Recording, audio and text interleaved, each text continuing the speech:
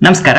ಈ ಒಂದು ವಿಡಿಯೋದಲ್ಲಿ 10ನೇ ತರಗತಿಯ ಸಮಾಜ ವಿಜ್ಞಾನ ವಿಷಯದ ರೂಪಣಾತ್ಮಕ ಮೌಲ್ಯಮಾಪನ 4 ಅಥವಾ ಸಾಧನಾ ಪರೀಕ್ಷೆ 4 ಸಮಾಜ ವಿಜ್ಞಾನ ವಿಷಯಕ್ಕೆ ಸಂಬಂಧಿಸಿದಂತೆ ಒಂದು ಮಾದರಿ FA4 ನ ಪ್ರಶ್ನೆ ಪತ್ರಿಕೆಯನ್ನ ನೋಡ್ಕೊಂಡು ಬರೋಣ. ಪೂರ್ತಿಯಾಗಿರುವಂತಹ ವಿಡಿಯೋನ ವೀಕ್ಷಿಸಿ ಹಾಗೂ ನಿಮ್ಗೆ ಈ ವಿಡಿಯೋ ಇಷ್ಟ ಆದಲ್ಲಿ ಲೈಕ್ ಮಾಡಿ. 2025-26ನೇ ಸಾಲಿನ ಒಂದು ಮಾದರಿ ಪ್ರಶ್ನೆ ಪತ್ರಿಕೆ ಇದಾಗಿರುವಂತದ್ದು. ಇವುಗಳನ್ನು ಉತ್ತರಿಸಿ ಮುಂಬರುವಂತ ಪರೀಕ್ಷೆಗಾಗಿ ಪ್ರಾಕ್ಟೀಸ್ ಮಾಡಿಕೊಳ್ಳಬಹುದಾಗಿರುವಂತದ್ದು. ಮೊದಲ ವಿಭಾಗದಲ್ಲಿ ಈ ಒಂದು ಬಹು ಆಯ್ಕೆ ಪ್ರಶ್ನೆಗಳನ್ನ ಕೊಟ್ಟಿರುವಂತದ್ದಾಗಿದೆ. 4 ಪರ್ಯಾಯ ಉತ್ತರಗಳನ್ನು ನೀಡಿದ್ದು ಸರಿಯಾದ ಉತ್ತರವನ್ನು ಆರಿಸಿ ಕ್ರಮಾಕ್ಷರದೊಂದಿಗೆ ಬರೆಯಿರಿ ಅಂತ ಹೇಳಿ ಕೇಳಿರುವಂತದ್ದು.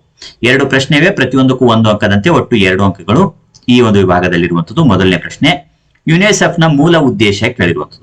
ಎ ಶಿಕ್ಷಣ ಮತ್ತು ಜ್ಞಾನ ಪ್ರಸಾರ, ಬಿ ಮಹಿಳೆಯರ ಮತ್ತು ಮಕ್ಕಳ ಅಭಿವೃದ್ಧಿ, ಸಿ ಬಡತನ ನಿರ್ಮೂಲನೆ, ಡಿ ವಿಶ್ವಶಾಂತಿ ಮತ್ತು ಭದ್ರತೆ.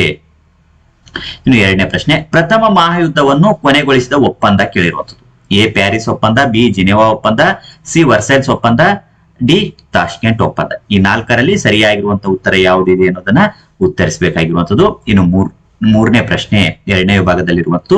ಈ ಕೆಳಗಿನ ಪ್ರಶ್ನೆಗಳಿಗೆ ಒಂದೊಂದು ವಾಕ್ಯಗಳಲ್ಲಿ ಉತ್ತರಿಸಿರಿ ಅಂತ ಕೇಳಿರುವಂತದ್ದು. 2 ಪ್ರಶ್ನೆ ಇವೆ, ಪ್ರತಿಯೊಂದಕ್ಕೂ 1 ಅಂಕದಂತೆ 2 ಅಂಕಗಳು ಇಲ್ಲಿ ಒಟ್ಟು ಇರುವಂತದ್ದಾಗಿದೆ. 3ನೇ ಪ್ರಶ್ನೆ, ಪ್ರಥಮ ಮಹಾಯುದ್ಧಕ್ಕೆ ತಕ್ಷಣದ ಕಾರಣವೇನು ಅಂತ ಕೇಳಿರು.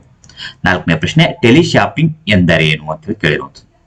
ಇನ್ನು 3ನೇ ವಿಭಾಗದಲ್ಲಿ ಈ ಕೆಳಗಿನ ಪ್ರಶ್ನೆಗಳಿಗೆ 4 ವಾಕ್ಯಗಳಲ್ಲಿ ಅಥವಾ ಅಂಶಗಳಲ್ಲಿ ಉತ್ತರಿಸಿ ಅಂತ ಕೇಳಿರುವಂತದ್ದು. 2 ಅಂಕದ 2 ಪ್ರಶ್ನೆಗಳು, ಒಟ್ಟು 4 ಅಂಕಗಳು ಈ ಒಂದು ವಿಭಾಗದಲ್ಲಿರುವಂತದ್ದಾಗಿದೆ. 5ನೇ ಪ್ರಶ್ನೆ, ಗೋವಾವನ್ನು ಪೋರ್ಚುಗೀಸರಿಂದ ಹೇಗೆ ಮುಕ್ತಗೊಳಿಸಲಾಯಿತು ಅಂತ ಕೇಳಿರುವಂತದ್ದು.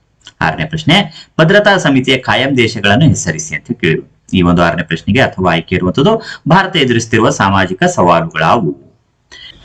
ಇನ್ನು 4ನೇ ವಿಭಾಗದಲ್ಲಿ ಈ ಕೆಳಗಿನ ಪ್ರತಿಯೊಂದು ಪ್ರಶ್ನೆಗೆ 6 ವಾಕ್ಯಗಳಲ್ಲಿ ಅಥವಾ ಅಂಶಗಳಲ್ಲಿ ಉತ್ತರಿಸಿ ಅಂತ ಕೇಳಿರುವಂತದ್ದು. 2 ಪ್ರಶ್ನೆಗಳಿವೆ, ಪ್ರತಿಯೊಂದಕ್ಕೂ 3 ಅಂಕದಂತೆ ಒಟ್ಟು 6 ಅಂಕಗಳು ಈ ಒಂದು ವಿಭಾಗದಲ್ಲಿರುವಂತದ್ದು. 7ನೇ ಪ್ರಶ್ನೆ, ಭಾರತದಲ್ಲಿ ರಸ್ತೆಗಳ ಪ್ರಾಮುಖ್ಯತೆಯನ್ನು ವಿವರಿಸಿ ಅಂತ ಕೇಳಿರುವಂತದ್ದು. 8ನೇ ಪ್ರಶ್ನೆ, ಚಂಡಮಾರುತಗಳು ವಿಧ್ವಂಸಕಾರಿಗಳು ದೃಢೀಕರಿಸಿ ಅಂತ ಕೇಳಿರೋದು. ಈ ಪ್ರಶ್ನೆಗೆ ಅಥವಾ ಆಯ್ಕೆ ಇರುವಂತದ್ದು ವೈಯಕ್ತಿಕ ಹಣಕಾಸು ಸಾರ್ವಜನಿಕ ಹಣಕಾಸಿಗಿಂತ ಹೇಗೆ ಭಿನ್ನವಾಗಿದೆ ಅಂತ ಕೇಳಿರುವಂತದ್ದು. ಇನ್ನು 5ನೇ ವಿಭಾಗದಲ್ಲಿ ಈ ಕೆಳಗಿನ ಪ್ರತಿಯೊಂದು ಪ್ರಶ್ನೆಗೆ 8 ವಾಕ್ಯಗಳಲ್ಲಿ ಅಥವಾ ಅಂಶಗಳಲ್ಲಿ ಉತ್ತರಿಸಿ ಅಂತ ಕೇಳಿರುವಂತದ್ದು. 1 ಪ್ರಶ್ನೆ ಇದೆ, 4 ಅಂಕ ಇರುವಂತದ್ದು. 9ನೇ ಪ್ರಶ್ನೆ, ಭಾರತದಲ್ಲಿ ಕೈಗಾರಿಕೆಗಳು ಕೆಲವೇ ಪ್ರದೇಶಗಳಲ್ಲಿ ಮಾತ್ರ ಸ್ಥಾನೀಕರಣಗೊಂಡಿವೆ ಏಕೆ ಅಂತ ಕೇಳಿರುವಂತದ್ದು. ಅಥವಾ ಈ ಪ್ರಶ್ನೆಗೆ ಆಯ್ಕೆ ಇರುವಂತದ್ದು ಪ್ರವಾಹಗಳಿಗೆ ಕಾರಣಗಳೇನು ಅಂತ ಹೇಳಿ ಕೇಳಿರುವಂತದ್ದು.